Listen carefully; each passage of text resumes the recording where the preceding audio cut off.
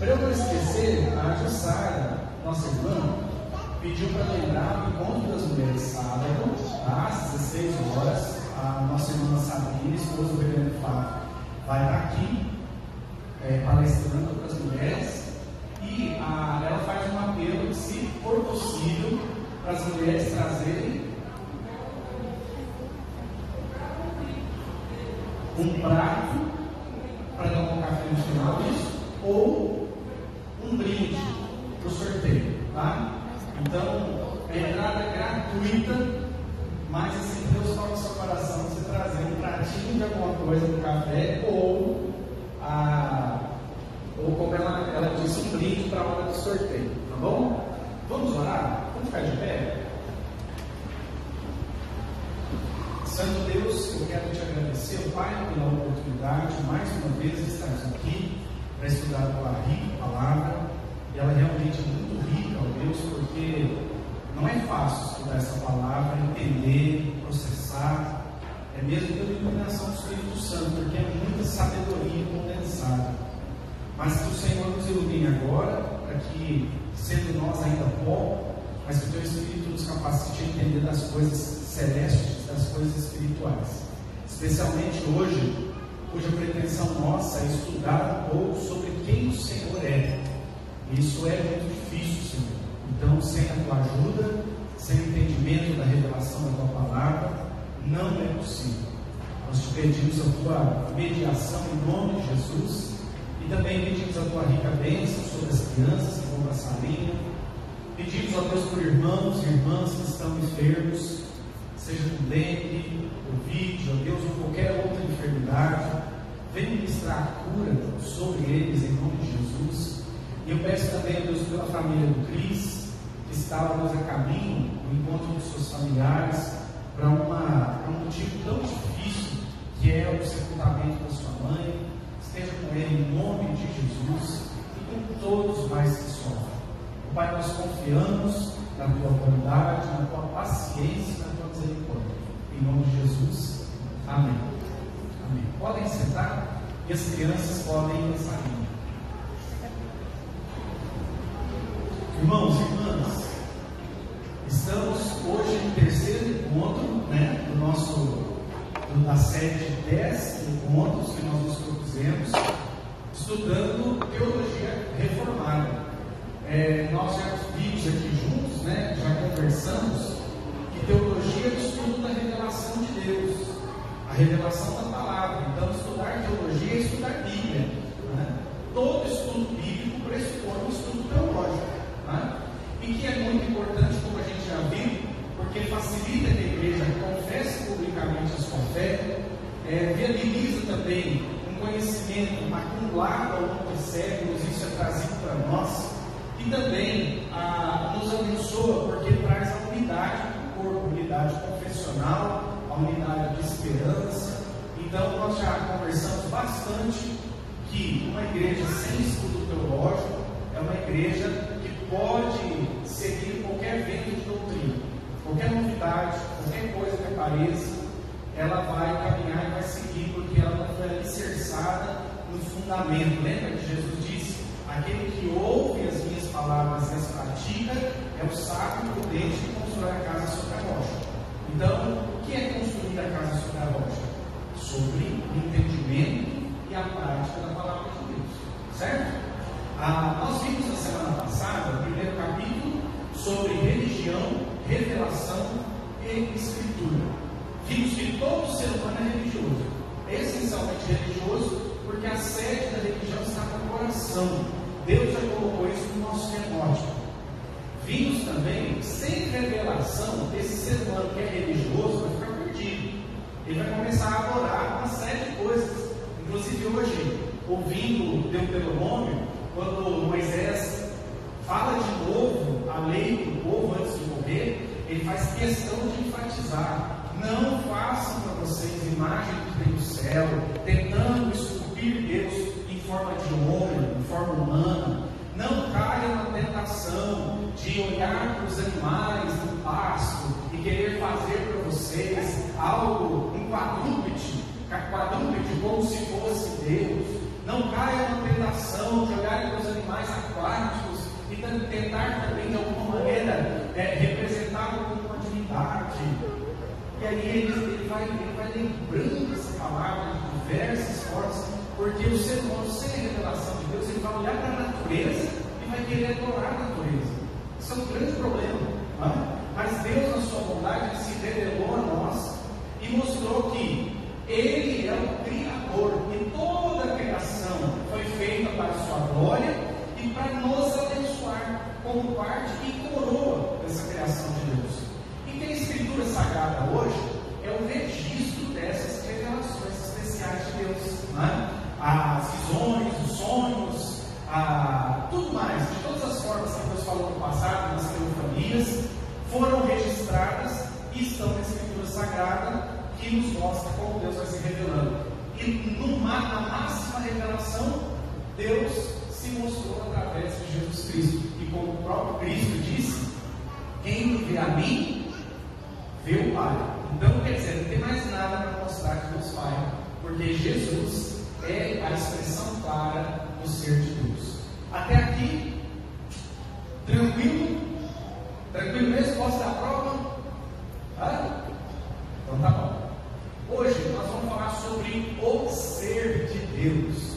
Ô gente, o meu atraso é porque não é brincadeira, eu tive que estudar aqui. Não foi fácil, porque afinal de contas estudar o ser de Deus parece até uma arrogante pretensão da nossa parte, né? Olha só o que diz Paulo aos Romanos: porque os atributos invisíveis de Deus, assim como o seu eterno poder, como também a sua própria divindade, claramente se reconhecem desde o princípio do mundo, sendo percebido por meio das coisas que foram criadas. É difícil compreender Deus? Não, é impossível.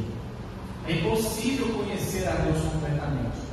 Mas, dentro do que é necessário que saibamos dele, Paulo já disse: os seus atributos, o seu eterno poder é perceptível.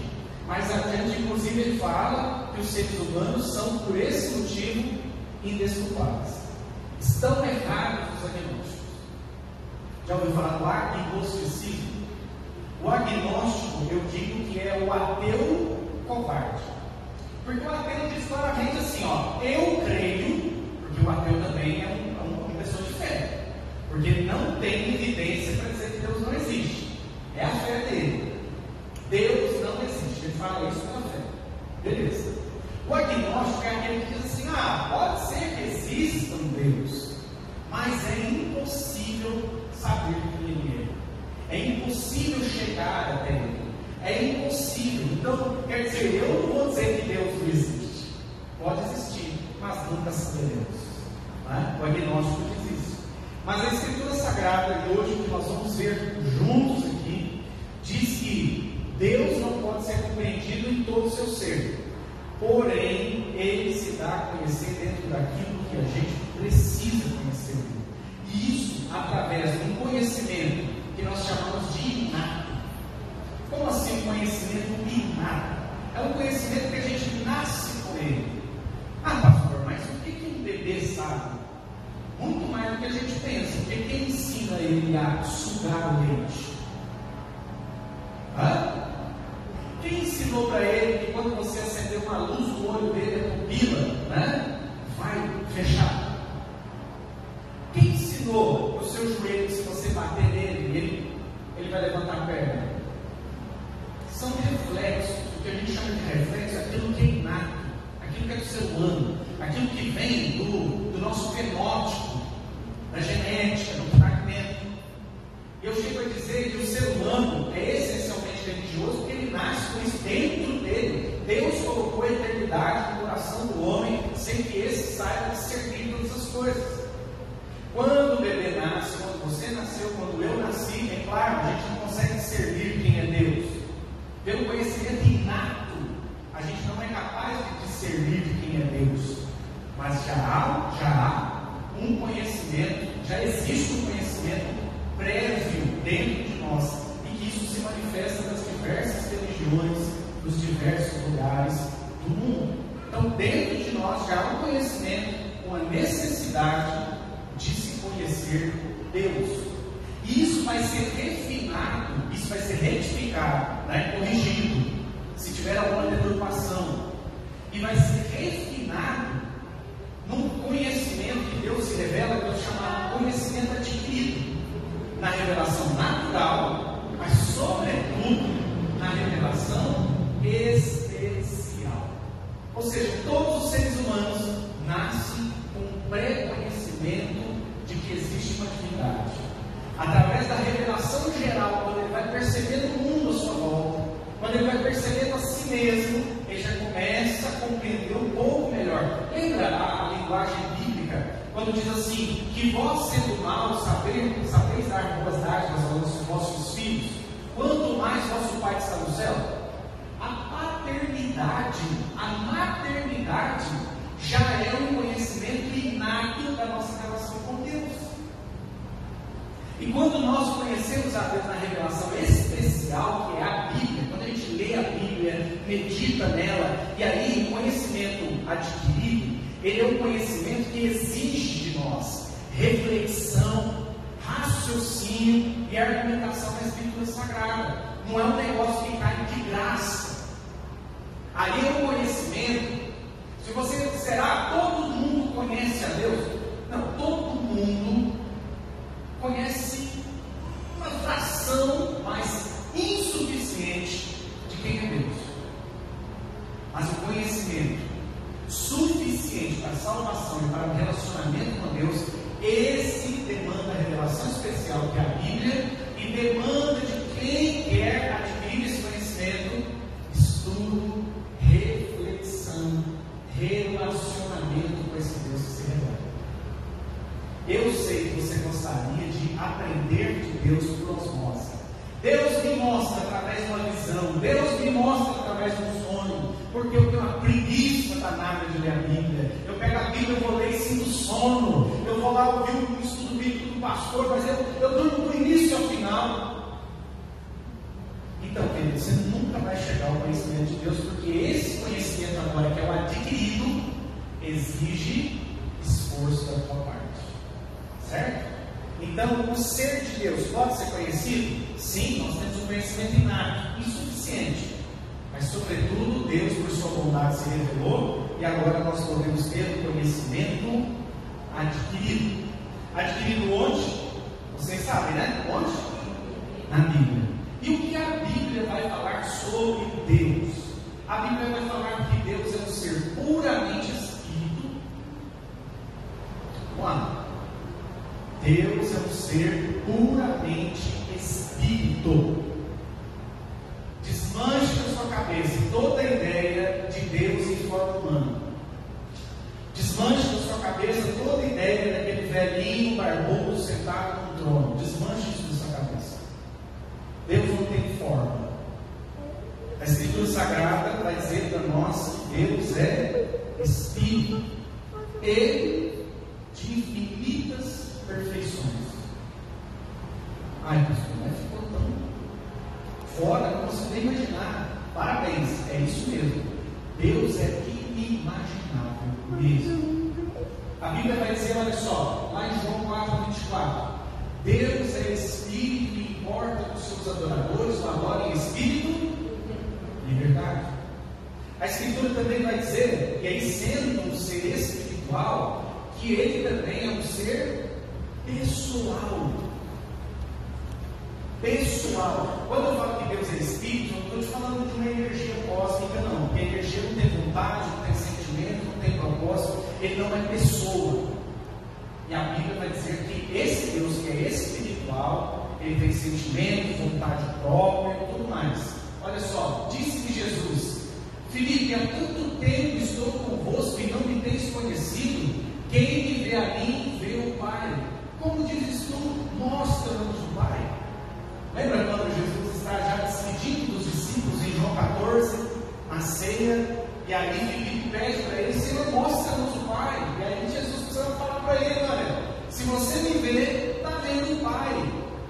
Então quer dizer que o Pai fala? Fala. O Pai vê. O Pai ouve.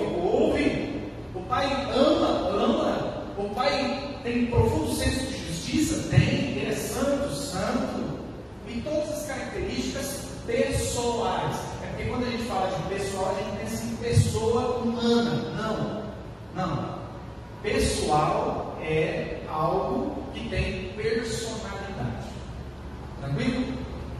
dúvida aqui?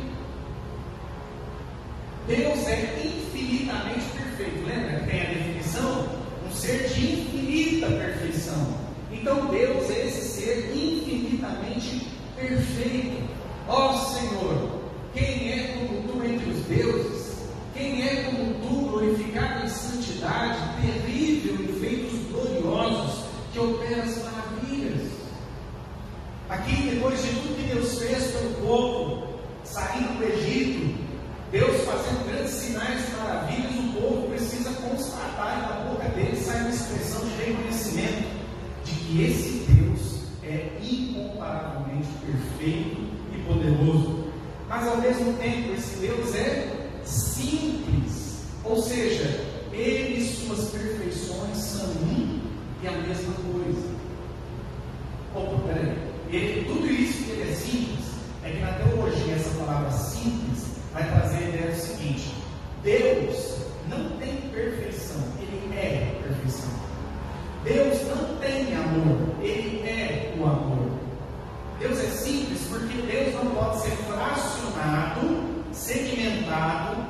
Não há níveis em Deus. Deus é um tanto disso, um pouco daquilo outro, um tanto daquilo lá. Não. Deus ele é simples porque ele é esse ser espiritual, pessoal e perfeito e uno em todas essas coisas. O próprio Jesus, quando ele vai dizer sobre o caminho, a verdade, a vida, ele diz: eu não vim apontar o caminho, eu não vim oferecer uma vida, eu sou o caminho, eu sou a verdade, eu sou a vida. Essa é a simplicidade. Deus e as suas qualidades são a mesmíssima coisa. São uma coisa só, por isso que Deus é amor. Certo? Entenderam? Então vocês estão muito férias, porque eu não tenho a menor ideia que seja isso. A gente teoriza a coisa, mas saber exatamente como isso funciona. Ele é um ser todo mundo. Deus é um extraterrestre. Não, é de verdade. É a mesma coisa que você estudar, de repente, na biologia, um ser vivo que não tem classificação. Ele é um mamífero, ele é um réptil, ele é o quê? Não, apareceu uma coisa aqui que nunca foi vista, um tipo de vida, um tipo de estrutura de existência que nunca foi catalogado. Deus é esse ser, e claramente é impossível ser catalogado, porque ninguém vai conseguir cercar Deus, né? Beleza? Ok? Alguém quer falar alguma coisa?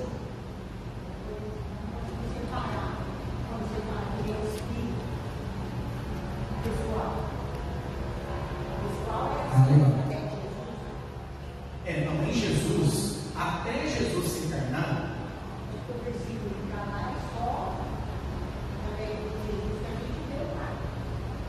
mas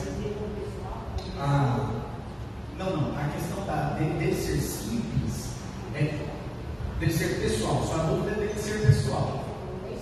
Tá.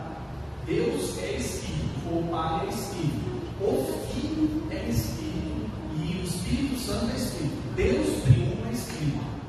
Quando, há 2000 anos atrás, quando Deus coloca em prática, dentro do seu plano eterno, a vinda de Jesus para a nossa redenção, Cristo também adquire uma natureza agora que é humana.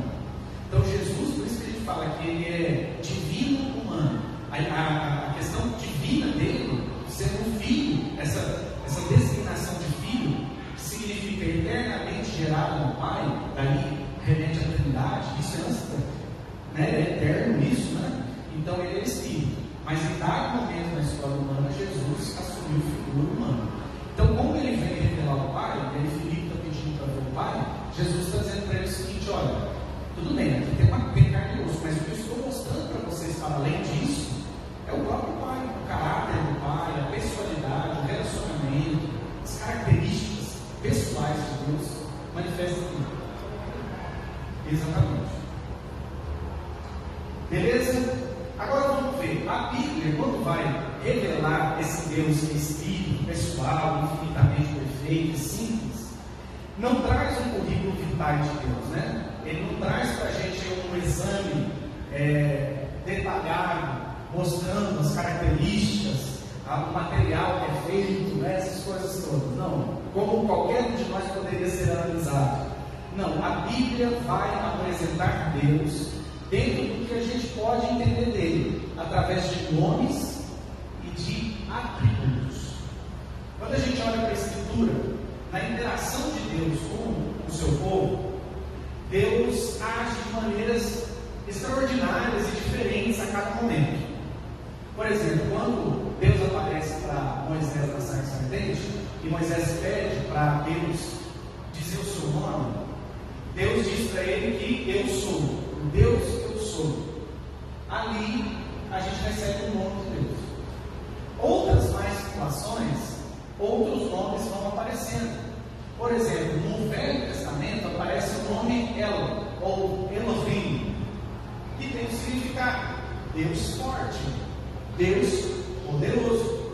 Então, quando Deus está interagindo com o seu povo, vamos supor, um momento que o povo de Israel precisou que Deus entrasse na ação e desse vitória para eles na guerra. Depois desse ato de Deus, eles compõem um louvor a Deus, chamando ele de Elohim, que significa Deus forte e poderoso. Isso é uma característica de Deus sendo mostrada para nós, certo? Vamos lá, outros nomes. Elion vai aparecer no Antigo Testamento, que significa Deus Altíssimo.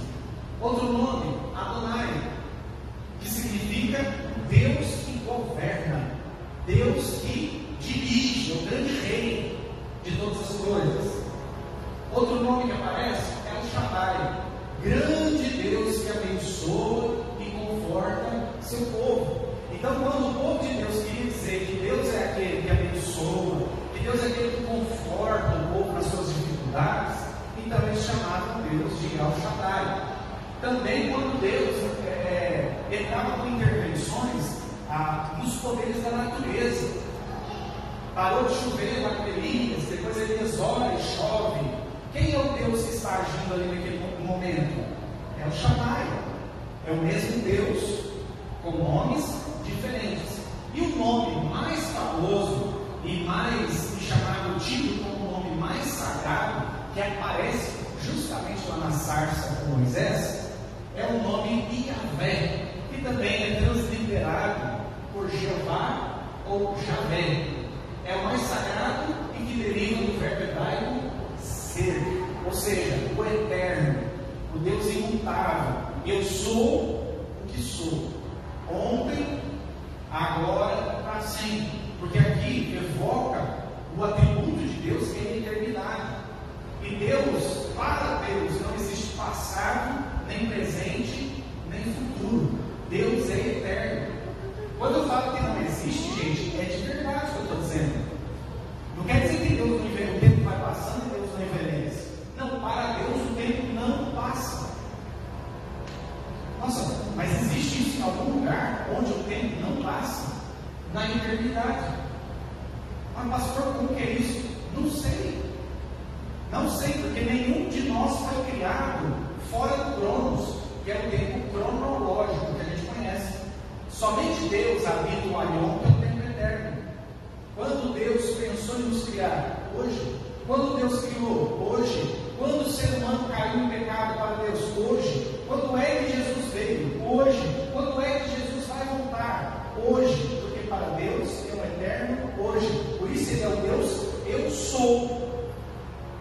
Imutável, o eterno, não é? Evoca a ideia também de Jeová ou Yahvé, Senhor dos exércitos dos anjos, né? Não dos exércitos da terra. Deus é aquele que habita nos céus e ali ele tem as suas grandes milícias de anjos. Então, quando o texto também vai falar do Senhor dos exércitos, se vale desse nome, que é o nome Yahvé, certo?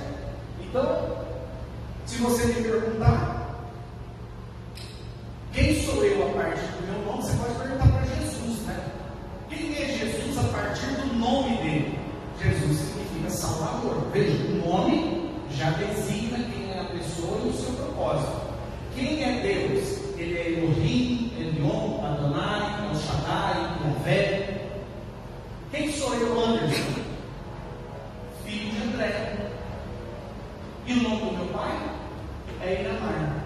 Você entendeu como isso daqui está fora da nossa realidade? Porque nós somos ocidentais.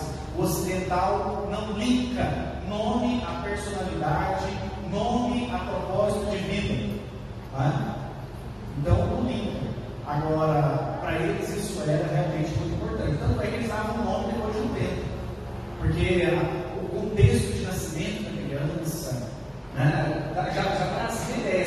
É um filho que nasceu trazendo muita alegria. Então eles davam o nome geralmente que tinha a ver com alegria. Se era um filho que foi em dores, em dificuldades, que ele nasceu, geralmente a mãe e o pai colocavam o significado de nascer em dores, alguma coisa assim. Né? Então sempre estava ligado à própria identidade da pessoa. Deus então também está ligado ao seu nome, à sua identidade, às suas características. No Novo Testamento vai aparecer Theos, que são transliterações do hebraico para o grego. Então, não vai mudar muito. É igual para nós hoje. Nós não chamamos Deus de Yahvé. Em português, geralmente, o que é comum é a gente chamá-lo de Jeová, que é a transliteração do hebraico para o português. Acontece a mesma coisa aqui com os nomes de Deus do hebraico para o grego. E daí, Theos significa Deus, o Elohim, El Shaddai, Kyrios, que é Senhor, Adonai, Jeová. Então é muito comum quando Paulo vai chamar Jesus Cristo, né? Jesus Cristo, o nosso Senhor e Salvador.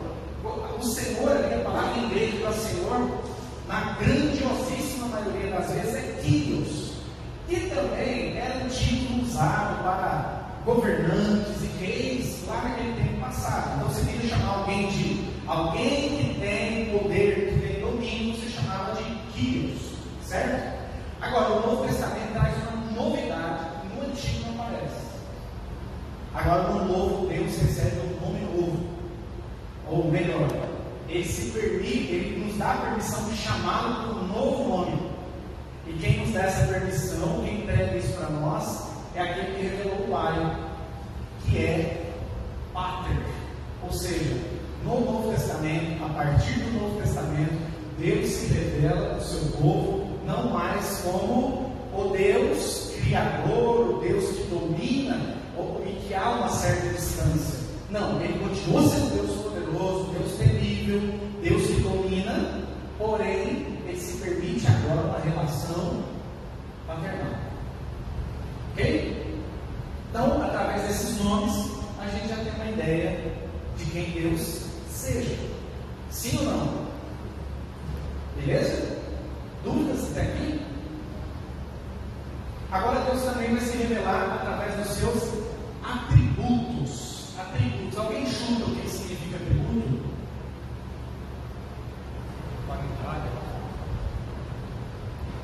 Qualidade. É isso aí. Características de qualidade de uma pessoa, no caso da pessoa de Deus, né? Atributos são perfeições que são atribuídas ao ser divino na Escritura. Mais uma vez digo, Deus não dá um currículo de si mesmo. O que Deus faz é se relacionar com o seu povo, e através desse relacionamento, o povo vai descobrindo nomes de Deus que revelam sua identidade e vendo qualidades, perfeições em Deus, que também vão compondo dentro da nossa mente, dentro do nosso imaginário, quem Deus é. E esses atributos podem ser incomunicáveis. O que significa isso? São atributos que não tem analogia, não tem comparativo aqui na criação. Ninguém tem essas características. Por isso são qualidades que Deus não comunicou, que Ele não colocou na criação. São atributos que Ele reservou para sua exclusiva autoridade. E depois nós vamos ver que algumas qualidades Deus também compartilhou conosco. Daí é mais fácil entender um pouco a essência dessas outras qualidades. Essas aqui a gente fica imaginando. Das outras a gente consegue até experimentar um pouquinho dentro de nós, né? Então os atributos incomunicáveis, por exemplo, é que Deus é independente e Deus é autoexistente. Alguém pode ler para nós João 5,26? Está aí projetado, quem tem vista boa? Porque assim como o Pai tem vida em si mesmo, também concedeu ao Filho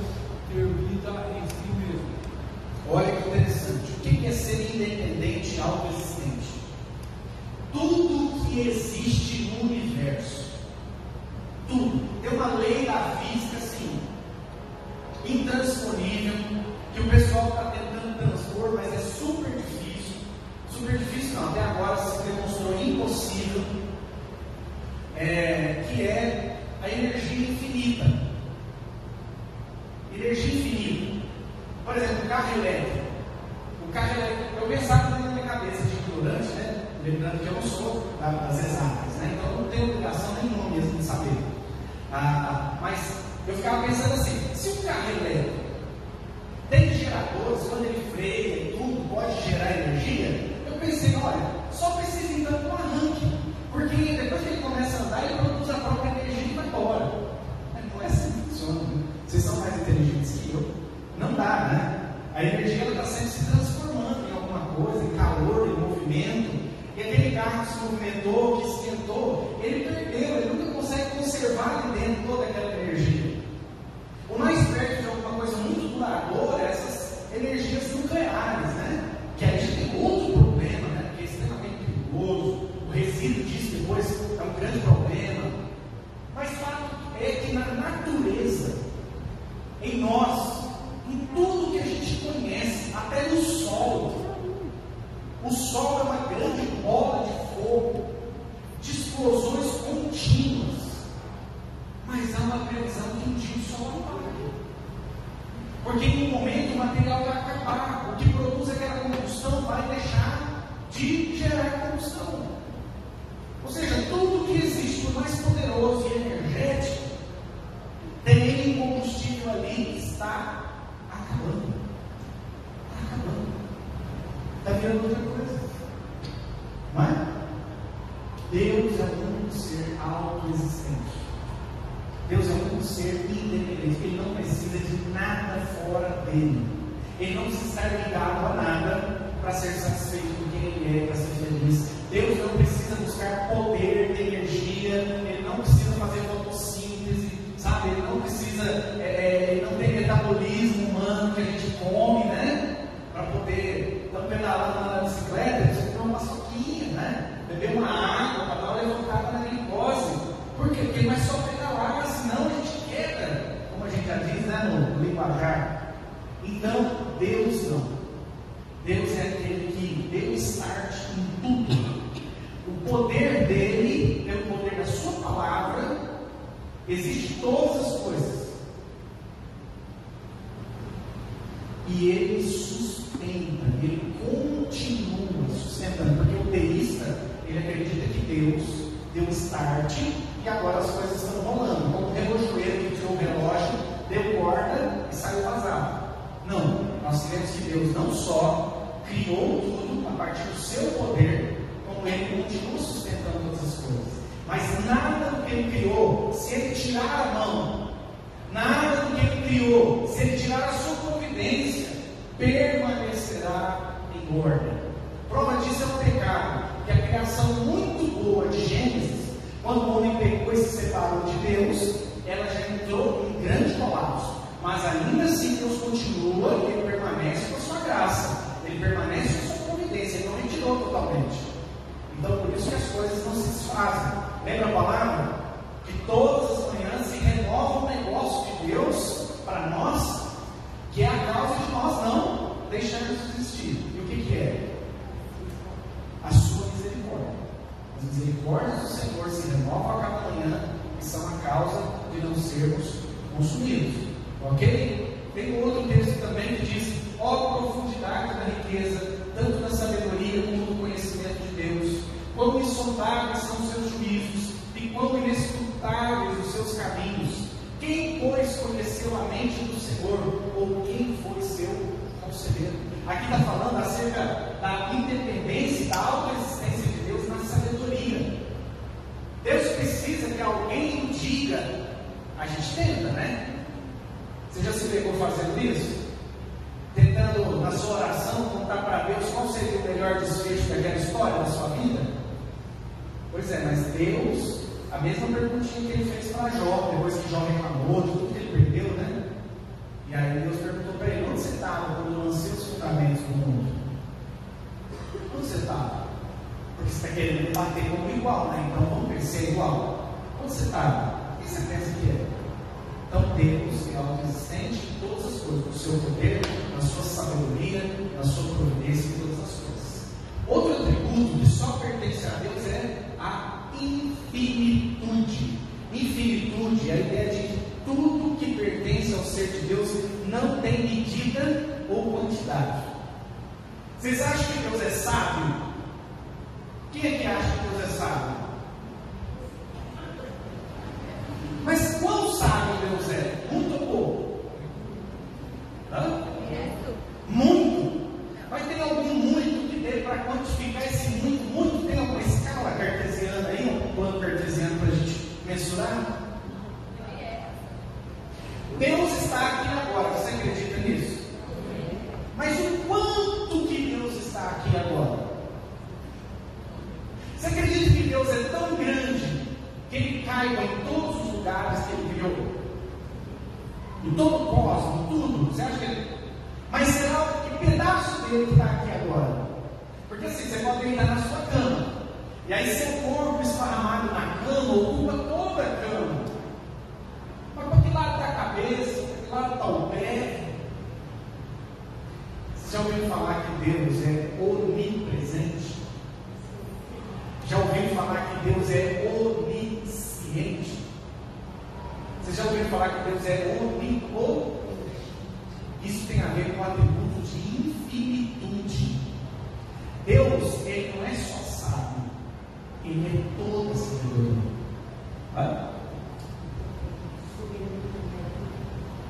Não entendi. Tudo. É que a soberania, ela está mais, assim, quando a gente estuda ela, obviamente, a gente vai mais para aprender das coisas que Deus faz, dos planos, dos projetos dele, né? Mas sim, tudo. Mas aqui, vamos pensar o próprio ser, a própria pessoa de Deus. Ele não sabe tudo, ele não sabe muito, ele sabe tudo, de qualquer momento da história. Deus, Ele não está aqui, Ele está em todos os lugares. E quando Ele está aqui, não está uma parte dele. Isso que eu acho muito fantástico. Porque a gente pensa assim, um pouco de Deus estava lá. Não existe um pouco de Deus. Tanto é também na própria Trindade. Não tem um pouco de Deus no Pai, um pouco de Deus no Filho e um pouco de Deus no Espírito Santo. Os três são um. São Deus por completo. É que falar de Deus por completo, você já está criando limites para Deus. Porque quando você fala que algo é completo, então ele tem início e fim. Então está completo, né? Mas Deus é infinito. Mas na sua infinitude, Ele nunca estará em parte aqui. Ele não está em parte com você. Ele está completamente. Tá? Ele está perfeito. Perfeito. Certo? Beleza? Ai, gente, eu estou pensando assim, meu Deus do céu. Eu estou pensando, amanhã acordar 6 horas. O que eu vou fazer? Não sei se eu estou no café ou chá. Não? Vocês estão aqui comigo mesmo, de verdade? Tá, Francisco? Não, igual Deus, mas... Muito bom. Olha só o que diz o texto. Porventura, desvendarás os arcanos de Deus, ou penetrarás até a perfeição do Todo-Poderoso? Como as alturas dos céus e a sabedoria, que poderás fazer? Mais profunda é ela do que o abismo. Que poderás saber? A sua medida é mais longa do que a terra e mais larga do que o mar. Se ele passa, prende a alguém e chama a juízo. Quem poderá impedir? Porque ele conhece os homens vãos e sem esforço vê a iniquidade. Ou seja, nada escapa dele, nada, né? Agora, nós temos também, esses que nós vimos agora, são os tributos incomunicáveis. Ninguém de nós aqui é onipotente no presente e onisciente, não é? Quem de nós aqui é eterno e autoexistente? Ninguém. Então, são coisas que Deus, que só Ele, por sua natureza, tem. Mas existem os atributos, as qualidades, que Deus deixou analogias em nós, deixou comparativos em nós. E, por exemplo, a bondade, né? Ele trata a sua criação com generosidade e bondade. Isso aqui a gente já começa a entender. Claro, meus irmãos, nós estamos falando da bondade de Deus. E qual a distância entre a minha bondade e a bondade de Deus? Claro, né? Então, quer dizer, o que eu estou dizendo assim, é uma analogia. Agora, a gente já está falando de coisas aqui que dá para a gente imaginar, né? Sobre a eternidade não dá para imaginar. Agora, de bondade dá para imaginar. Mas nós estamos falando da bondade perfeita de Deus, certo? E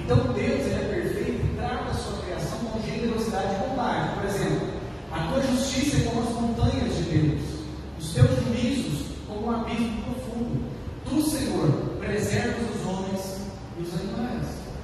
Eu achei legal esse final, preserva os homens e os animais, porque me lembrou o final do texto do livro de Jonas, quando Jonas queria muito que Deus aniquilasse os ninivitas, e aí ele ficou com raiva de Deus, porque Deus fez secar um pé de chuchu lá, sei lá o que estava dando sombra para ele.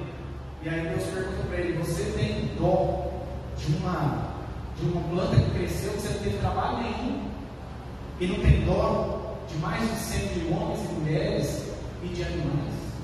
E o texto acaba. Ou seja, por amor aos seres humanos e aos animais que ele habitava, Deus não queria aniquilar o povo. Então, Deus ama a sua criação, né? A bondade de Deus se estende também, diz: benigno e misericordioso é o Senhor, tardio em irar-se de grande clemência. O Senhor é bom para todos, e as suas ternas misericórdias perderam todas as suas obras. Bendito seja Deus. Mas, observai as aves do céu, não semeiam, não colhem, nem ajuntam em celeiros, contudo vosso Pai Celeste os sustenta. Nossa, como Deus é bom com as aves! Porventura não valeis vós muito mais do que as aves? Se Deus é bom com ave, se Deus é bom com passarinho, Ele é melhor ainda com a gente. Outra, aliás, aqui são desdobramentos dessa bondade de Deus, né? Essa bondade de Deus se desdobra na graça de Deus, na misericórdia de Deus, na paciência dele. Então, como que Deus manifesta a sua bondade sobre a sua vida e sobre a minha vida? O texto vai dizer que, para louvor da glória da sua graça, que Ele nos concedeu gratuitamente no amado, no qual temos a redenção pelo seu sangue e a remissão dos pecados, segundo a riqueza da sua graça. Misericórdia, mas Deus, sendo rico em misericórdia, por causa do grande amor com que nos amou, estando nós mortos e feridos, nos deu vida juntamente com Cristo. E a paciência, mas Deus, sendo rico em misericórdia, por causa do grande amor que nos amou, estando nós mortos, aliás, eu repeti, né? Paciência era outra. Isso aí pode ser repetido isso. Mas, basicamente, como eu vislumbro a bondade de Deus na minha vida? Olha, Deus te salvou quando você estava condenado ao inferno. A bondade de Deus se manifesta na sua vida como Ele é misericordioso. A misericórdia dele está sempre te alcançando com compaixão, com paciência, né? A longanimidade de Deus em não nos tratar da maneira que nós merecemos, mas nos tratando com compaixão. Então são maneiras de Deus demonstrar. Quando você precisa de algo, Deus não te agracia por seu merecimento, mas por sua abundante graça. Sustenta sua casa, te dá alimento, te tira de problemas que você mesmo criou com suas próprias mãos. Como Deus é bom com a gente. Então esse é um atributo de Deus. Mas Ele é santo. Luiz Bergoff, ele vai dizer que em santidade é aquela perfeição de Deus em virtude da qual Ele eternamente determina manter sua própria excelência moral, aborrece o pecado e exige pureza das suas criaturas.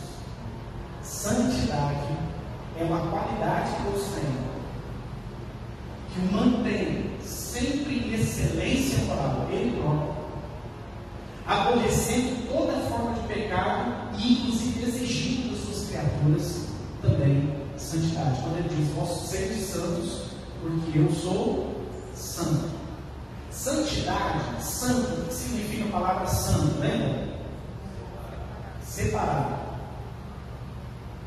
A santidade de Deus, ou essa qualidade que Deus tem, é uma distinção que Deus tem de tudo aquilo que é ruim, que é impuro, que é mau. Ao ponto de quando lá em Isaías, no início de Isaías ainda, quando ele tem aquela visão do trono de Deus, ele ouvia aqueles anjos cantando que santo, santo, santo é o Senhor. Se dissessem santo, santo, já seria santíssimo.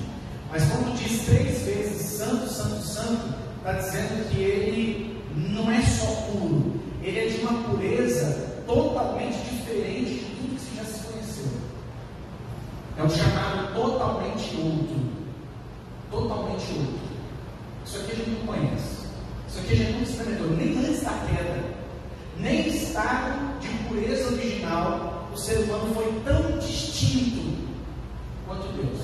Os próprios anjos que assistem diante de Deus, lembra aqueles querubins com 6 asas? 2 cobrem o rosto para não olhar diretamente para Deus, porque Ele é muito santo. Com 2 cobrem os pés, porque o pé é símbolo de impureza. E aí eu fico a pensar, e com outras 2 voam. Mas esses anjos que assistem diante de Deus, será que eles já pecaram alguma vez? Claro que não. Eles guardam o seu estado original de santidade. Mas para assistir diante do Santíssimo, eles ainda são indignos, mesmo no estado de pureza. Deus é um outro tipo de puro, um outro tipo de santo. Então, quando a gente pensa na santidade de Deus, não compare com nada. Ele é totalmente outro. Não é? Diz o texto de Isaías 57, porque assim diz o alto, o sublime, que habita a eternidade, o qual tem o nome santo. Deus é esse, alto, sublime. Muito provavelmente aqui se refere a nomes como, quando diz que é alto, é o Elion, daqueles que a gente viu, provavelmente deve usar esses nomes, que habita a eternidade. Diz ele, habito no alto e santo lugar. Então ele deixa claro, habito no alto e santo lugar. Alto por quê? Porque é inacessível. Inacessível. Lá a gente não chega. A não ser que Ele nos santifique. A não ser que a justiça venha dele. A não ser que Ele nos dê credencial para entrar. Mas de nós mesmos é inacessível chegar. É alto e é sublime. É santo. Agora, aqui mescla esse atributo de santidade com o atributo de bondade, que se manifesta na misericórdia. Porque ele diz, mas habito também como contrito e abatido de espírito, para vivificar o espírito dos abatidos e vivificar o coração dos contritos.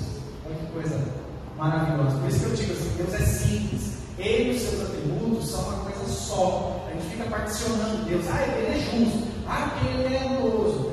Porque Ele... Não. Deus é. Ele é a realidade de todas essas coisas, né? E aqui a gente vê um pouco disso, né? Ele é o santo inacessível, mas que também faz a sua casa e a sua morada com aqueles que estão quebrantados e arrependidos, porque Ele é santo. Então, a sua bondade é santa e a sua santidade é bondosa. Né? Mas, retidão. Aqui eu não coloco nenhum texto bíblico, mas assim, só para resumir. Deus tem um atributo da retidão no seu próprio ser. Retidão tem a ver com justiça. Deus tem em si uma justiça regencial, uma justiça remunerativa e retributiva. Como que é isso, meu Deus? São termos da teologia, gente. É assim, mas é simples, é uma maneira de complicar o simples. Deus é justo em tudo que Ele rege. Deus faz justiça para o órfão, para a viúva. Deus socorre o necessitado. Deus entra com justiça. Você já viu lá? O que a gente planta, a gente colhe. Lembra dessa história? Pois é, isso tem a ver com a maneira de Deus administrar as coisas. E Ele está sempre promovendo, porque Ele ama a justiça. Certo? Há também uma retribuição remunerativa. Ele abençoa de uma maneira especial os que amam o caminho da justiça. Vem da ideia de remunerar, mas também a ideia da retribuição, de pagar com cólera o inimigo, porque Deus não toma o culpado por inocente. Isso é da essência do ser de Deus. Ele é compaixão? É bondade? Mas o ser de Deus, tudo isso em harmonia habita com a justiça de Deus, que governa o mundo, que retribui os justos aos justos, que pune aos injustos. Isso também é uma realidade que está no caráter santo de Deus. Mas talvez você pense assim, nossa, mas Deus não derramou graça sobre nós através de Jesus? Sim, mas Ele retribuiu a nossa iniquidade sobre Jesus. Jesus teve que pagar. Ele não deixou de ser cobrado. Pelo contrário, cobrou com mão dura, com um cálice da ira. Não é? Então, Deus não deixou de executar a sua justiça e de estar em acordo com os seus atributos, mesmo hoje a graça de Jesus alcançando o meu e o seu coração que são corações pecaminosos, né? Ok? E Deus é verdade. Vamos ler junto esse versículo, a gente gosta dele, né? Lá de Números. Deus não é homem para que minta, nem filho de homem para que se arrependa. Porventura, tendo ele prometido, não fará, ou tendo falado, não cumprirá? Deus não mente, né, gente? Deus não mente. Ele cumpre sua palavra. De tal forma, se a gente for chegar ao ponto assim, qual é o limite de Deus, né?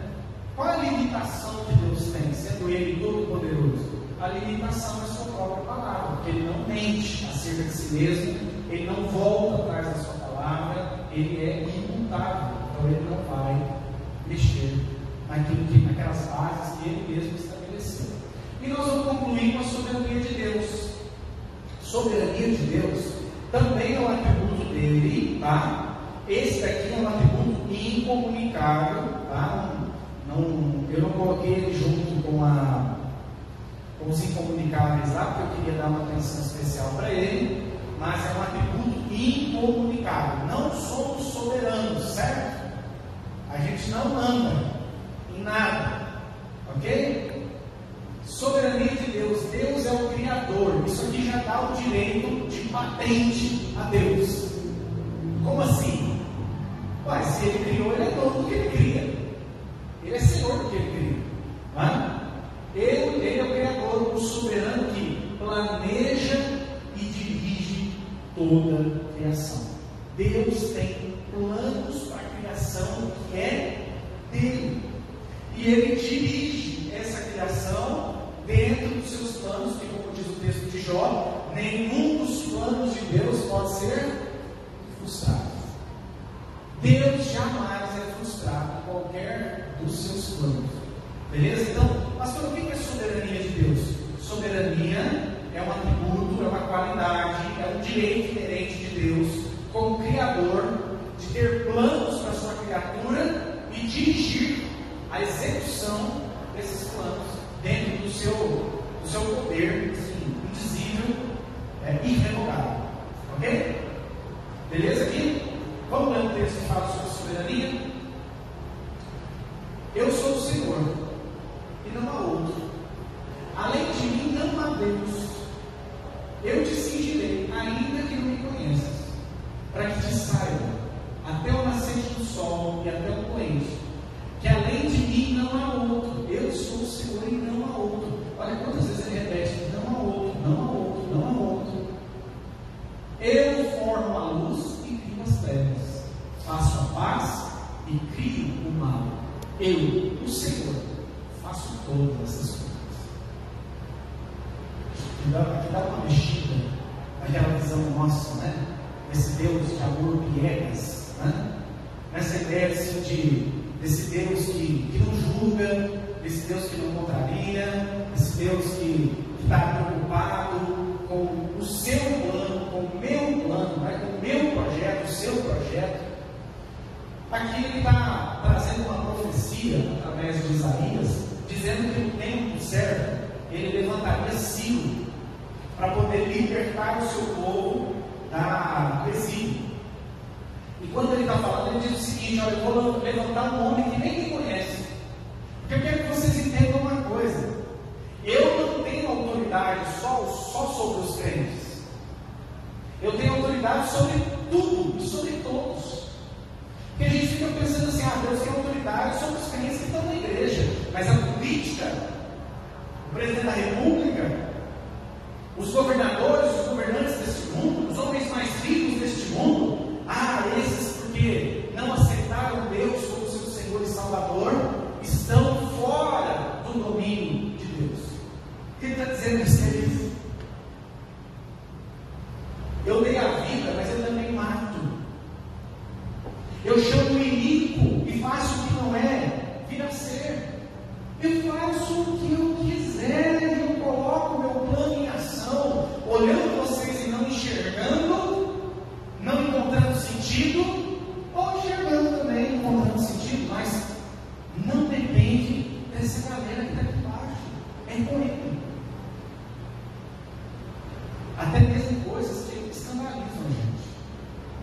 você lê o Antigo Testamento, hoje também eu vi do Deuteronômio, quantas passagens Deus está dizendo assim: quando vocês entrarem e possuírem a terra, esse povo aí, vocês não vão fazer nada, porque eu não vou dar nem um palmo do que pertence a eles, a vocês, isso aí vocês deixam.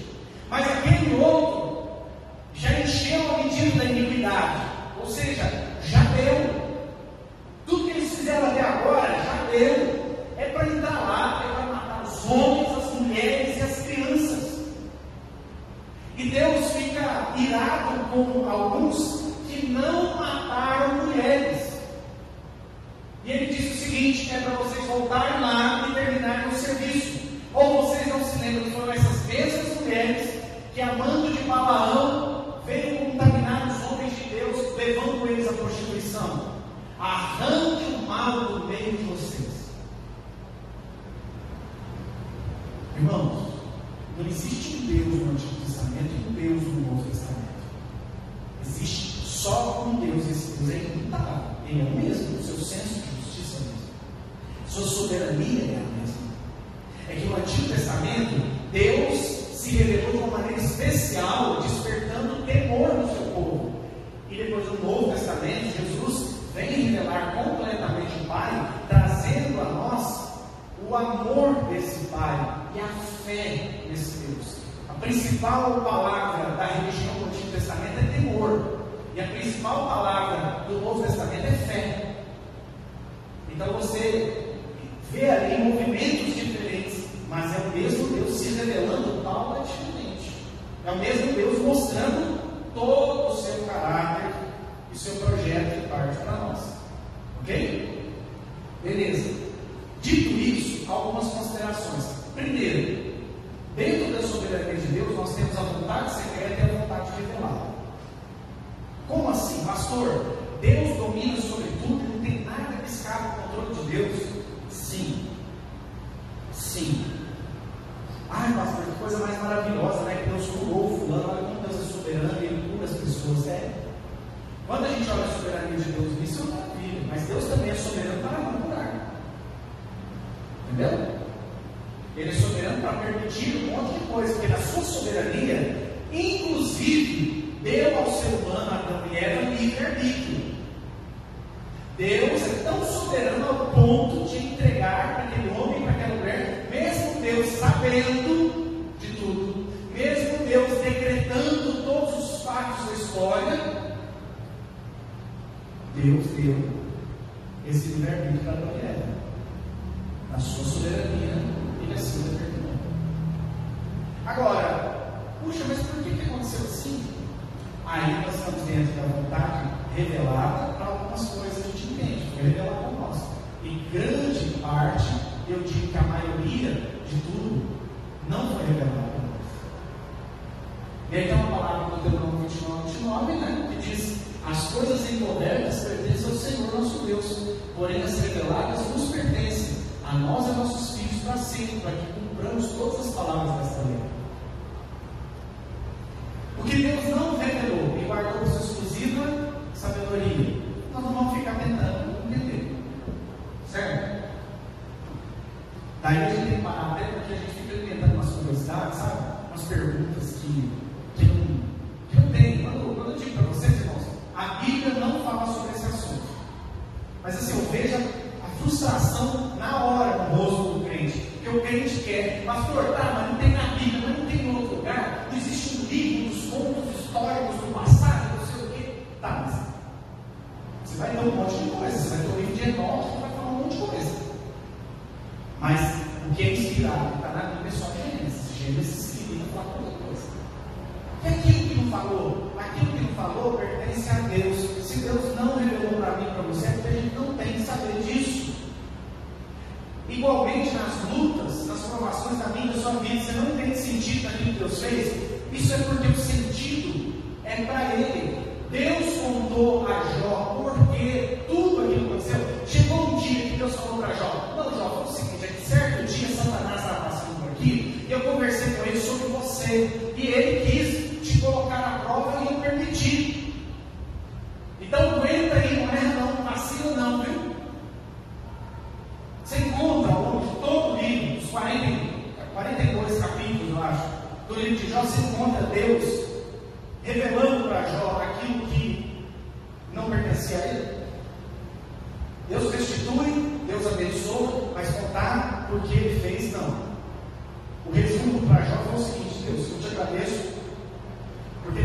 passei, eu concluo o seguinte: hoje eu estou mais perto do Senhor, hoje eu te vejo. Hoje eu te vejo. Então, quer dizer, a provação da nossa fé sempre nos leva, né? Sempre, eu digo, sempre para aquele que enfrenta a provação com fé, aquele que é aprovado. Quem é o aprovado na prova? O aprovado na prova é aquele que demonstra a sua fé em Deus diante da aprovação. Porque o crente que diz crer em Deus, mas quando vem a aprovação, pragueja, reclama, maldiz, esse está sendo reprovado.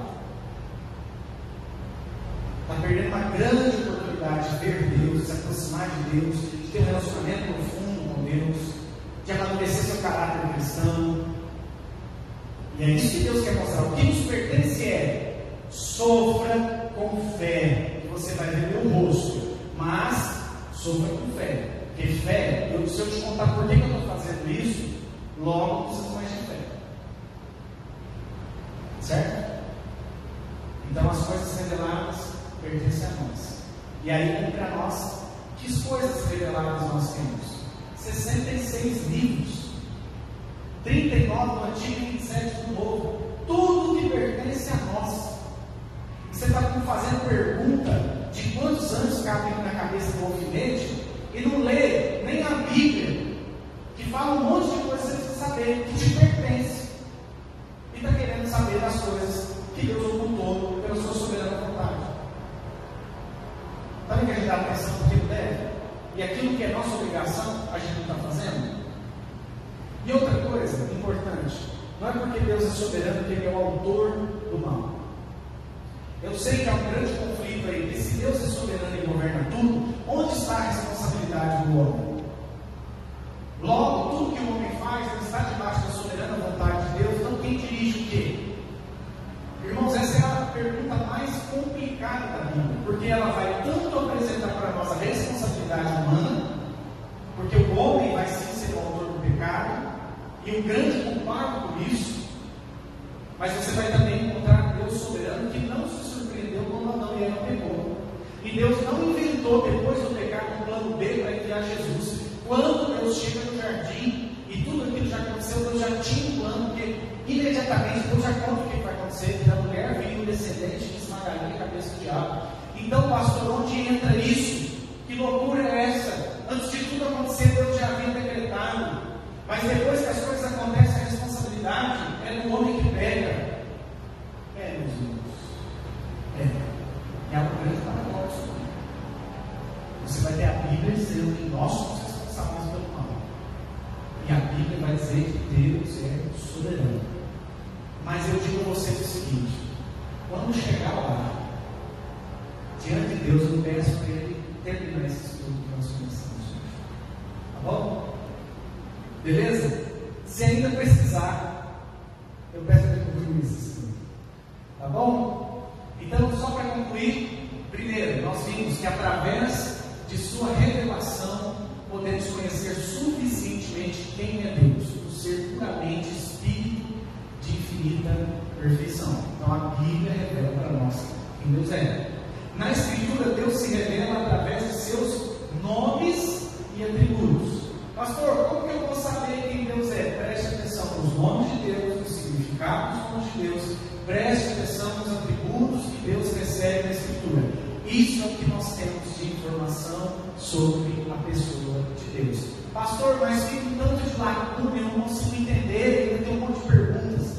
Parabéns, que bom que você chegou a essa conclusão, porque essa é a conclusão que a gente chega quando a gente estuda. E aí você um dia verá Deus como Ele realmente é, e aí todas essas perguntas serão sanadas. Amém? E resumimos que Deus se mostra como? Beleza. Deus falou um pouco acerca de si mesmo. Eu acho que sim, mas é um pouco que já diz para nós que Ele é puro, pessoal, infinito, perfeito, forte, poderoso, altíssimo, grande, abençoador, imutável, Pai, existente, sem medida, bom, amoroso, gracioso, misericordioso, paciente, justo, santo, reto, verdadeiro, soberano. Só nesse estudo, porque tudo que eu estou mencionando aqui é retornando as coisas de textos que a gente leu e coisas que a gente falou. Mas esses atributos aqui nos botam os atributos que a Bíblia mostra sobre Deus. Aqui são os principais. Ok? Então, quer dizer, a gente precisa saber de Deus.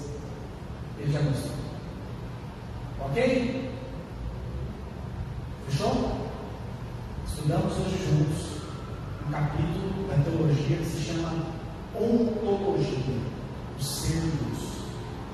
Amém, gente? Amém. Perguntas?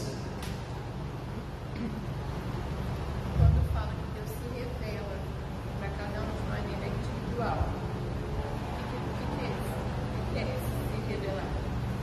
Revelar um pouco da natureza dele? Onde você viu que Deus se revela para cada um individualmente?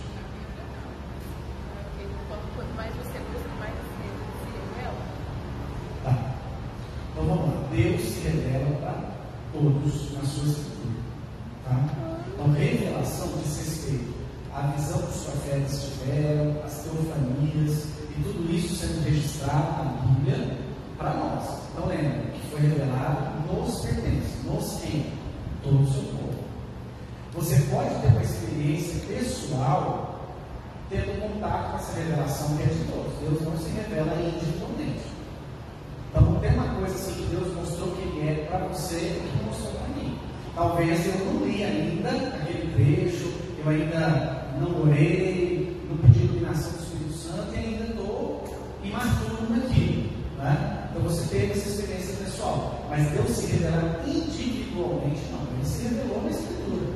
Quem lê a Bíblia, como diz lá, o conhecimento inato é aquele que a gente nasce, mas ele é mínimo.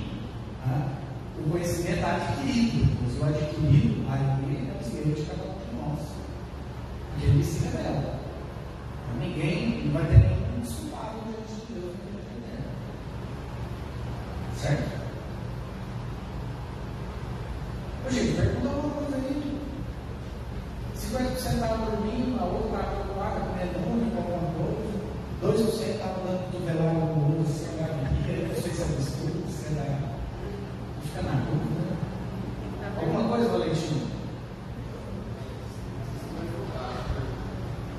Eu estava vendo aquela parte que fala, eu crio o mal, mas ele assim, ele não produz esse mal em nós. E na verdade, o mal é o distanciamento dele. Nem tem aquela que fala que a luz, o escuro, né, não existe a fonte de luz. Onde não há luz, há escuridão. Então, onde a pessoa se afasta do Senhor, aí o mal está. Então, onde ele está,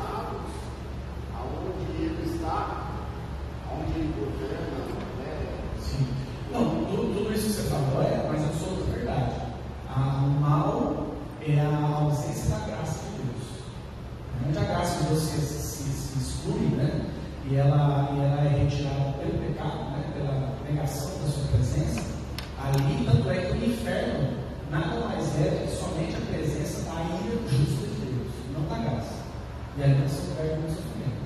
Especificamente nesse texto de Isaías, o que acontece? Quando Deus está falando, eu acabei sendo muito claro ali, deixa eu até aproveitar para elucidar melhor. Quando ele diz assim, eu faço bem e eu crio mal, ali especialmente Deus está querendo dizer o seguinte, eu trago juízo. Tem muitos que acham que quando chove e dá boa colheita, é porque eu abençoei. E eu só abençoo, creio neles. Sabe aquela ideia assim, mas se Deus é amor, não pode existir inferno. Se Deus é amor, então não tem como Ele não aceitar uns e reprovar outros. Ele ama todos, independente de qualquer coisa. Opa, não, ele está dizendo diferente disso. Fala, realmente abençoo, eu faço bem, mas eu também faço mal. Eu também peço mal. Eu também transtorno o caminho.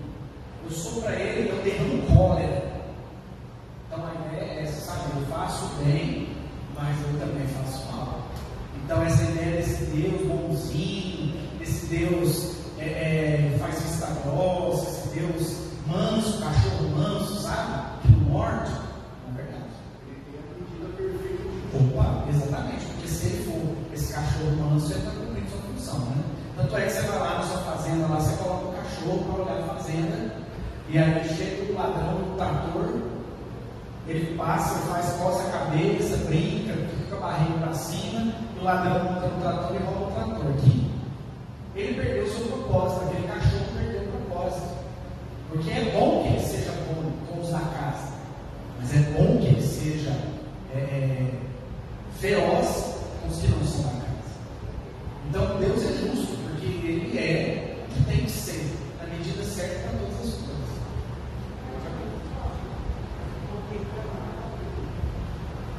Não, eu participo de outra observação. Você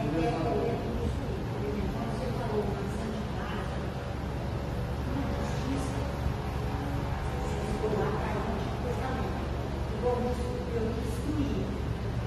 O pecador não tinha salvação, era destruído. A verdade do pecado da igreja de Deus, destruía a cidade, e o povo ia. Aí veio Jesus. Então, hoje, Deus que nós vamos lá da graça de Deus, não da justiça. A justiça seria quando Jesus dá, você vai para cima e você vai para cá. Porque nós temos a oportunidade de se arrepender. Por que nós vamos ter a ira de Deus na nossa vida se a gente cair no pecado, se nós sabemos que nós vamos cair no pecado? Vocês entenderam a pergunta dela? A contribuição dela? Ela falou de como Deus se revelou no Antigo Testamento, nesse aspecto da punição, da condenação do pecador. Né? Um exemplo, vou dar um exemplo lá na lei de Moisés. Dizia que se um filho amaldiçoasse o pai e a mãe, deveria ser levado em local público e apedrejado. Então, era assim que devia tratar. E você não vai ver isso, foi no Novo Testamento. Então, dá a impressão de que lá atrás era olho por olho, dente por dente, e depois você vem para o Novo Testamento e você tem uma relação graciosa, né? Então, como que no momento atual que nós vivemos, a gente vive um momento da graça de Deus que é muito maior do que lá atrás. E vamos lá. Temor e fé. Vamos lá, vamos entender uma coisa. Deus, desde o Antigo Testamento, salva pela graça? Sim. Pela graça mediante a fé. Se você olhar a salvação de Noé, a salvação de Abraão, você vai ver que pela fé eles obtiveram bom testemunho. Então é a fé que leva as boas obras a cumprir, obedecer a lei, e Deus salva. Mas Deus permite umas coisas que para nós hoje são bárbaras lá atrás? Sim. Porque Deus está se revelando aos poucos. E naquele momento, numa época bárbara, uma época sem lei, e aí por isso Deus usa a lei, né? De verdade, Deus tem que se relacionar com esse povo, nesse teor. E que é muito mais leve do que os povos que viviam antes, que viviam junto com o povo de Israel. Se a gente acha que a lei ali parece uma coisa muito bárbara, bárbaro mesmo é que você estudava a época dos ninivitas, você estudar a época, como que aquele povo lá em Canaã, antes do povo chegar e tomar posse da terra, como que aquele povo se tratava. Se você olhar a realidade da lei, você vai ver barbaridade, insanidade, tudo, né? Civilizações absurdas ali, né? E ali você tem a lei de Deus.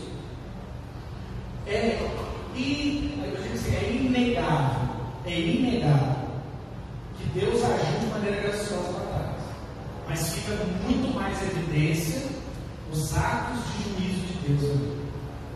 E é inegável que depois da vinda de Jesus, nós vivemos uma época extremamente privilegiada.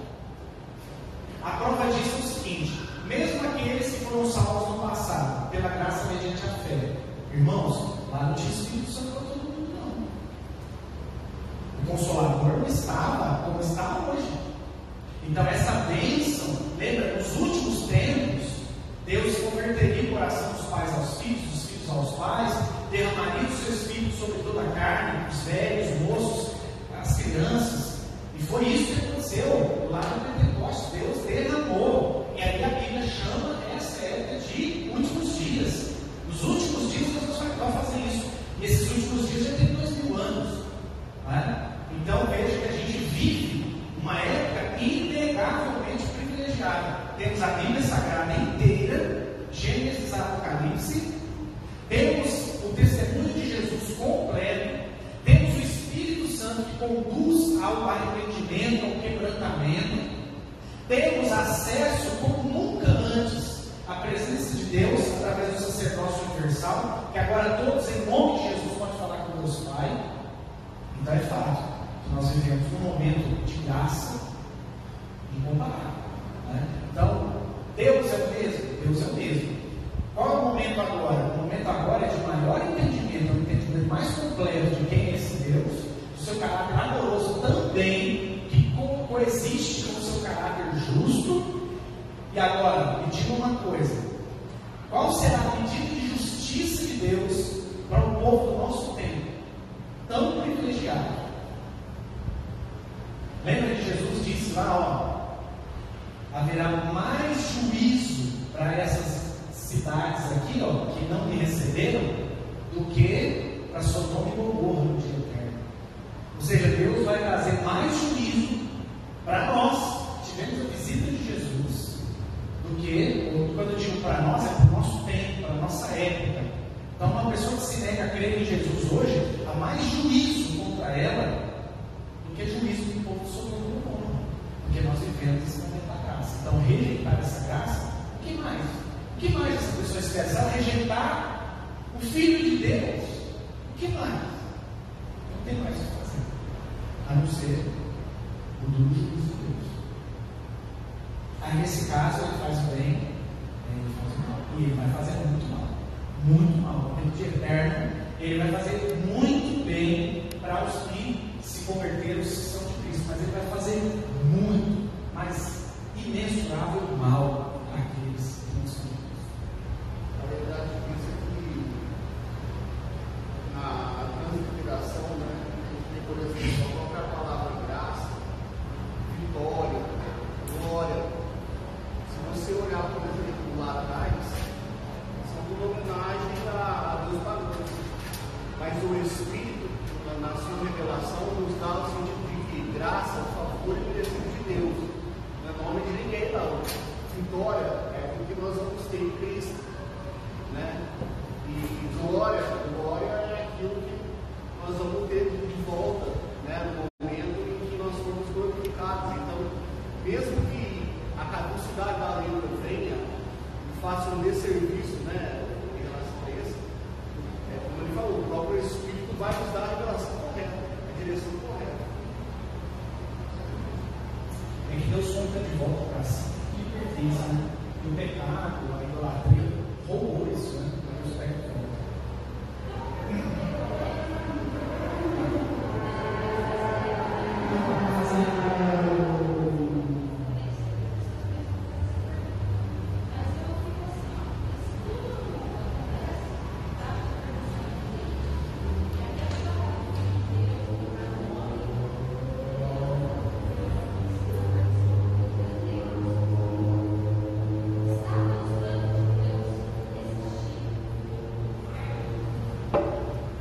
Se estava nos planos de Deus, eu acredito que sim.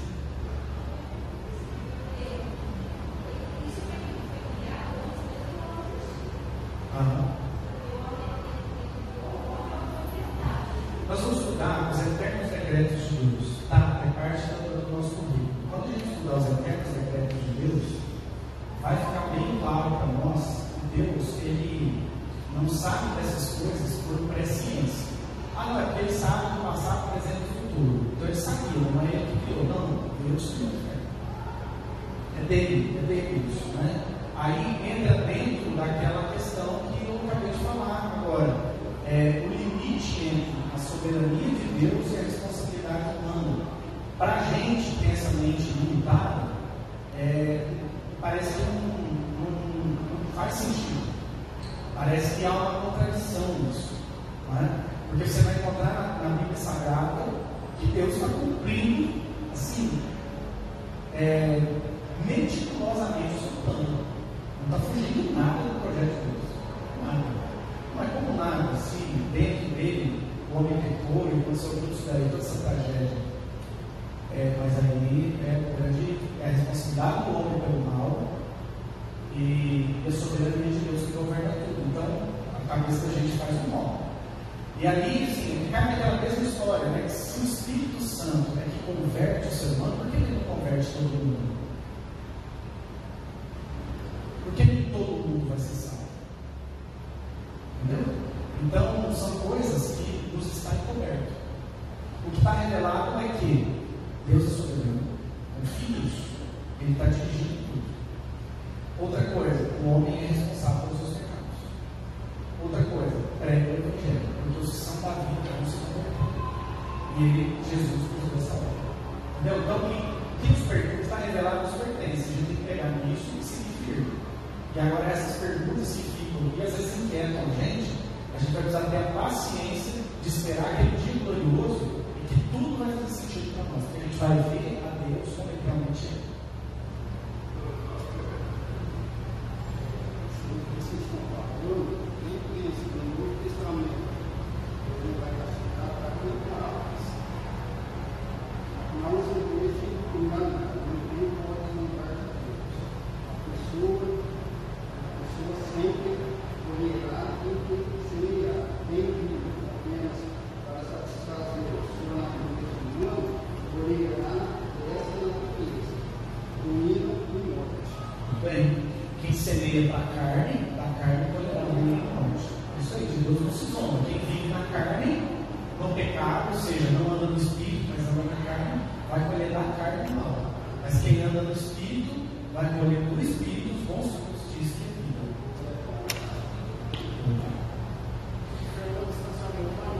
É a fase do distanciamento maior. Agora, olha que coisa interessante. Quando fala da carne e do Espírito, não está falando para descrente, certamente. Porque Deus não falaria assim para um descrente que não nasceu de novo, não tem o Espírito Santo, não vai falar para ele no Espírito. Isso aí é para quem já é convertido. Então ele está dizendo o seguinte: crentes convertidos que andam na carne, colherá da carne a sua destruição. Isso aí é uma chamada.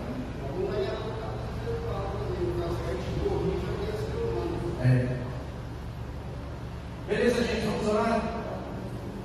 Santo Deus, louvado o teu nome, bendito é o teu nome, e nós te adoramos agora, juntos como filhos do Pai, por todos os seus atributos, ó Deus. Hoje nós chegamos à conclusão de que o Senhor é muito bom, de que o Senhor é muito grande, muito poderoso, que o Senhor, ó Deus, se revelou, mas ao mesmo tempo é muito incompreensível para nós.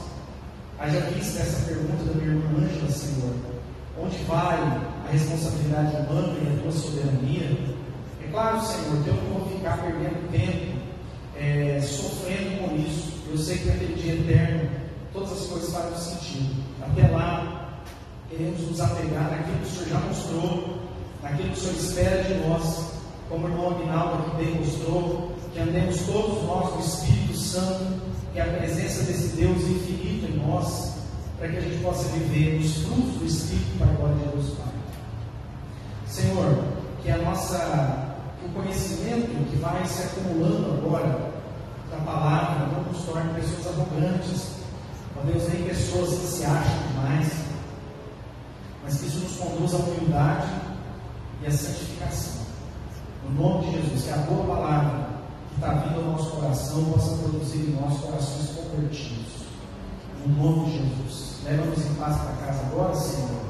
Que a tua bondade, que a graça, a presença do Espírito Santo esteja sobre nós, hoje e para sempre.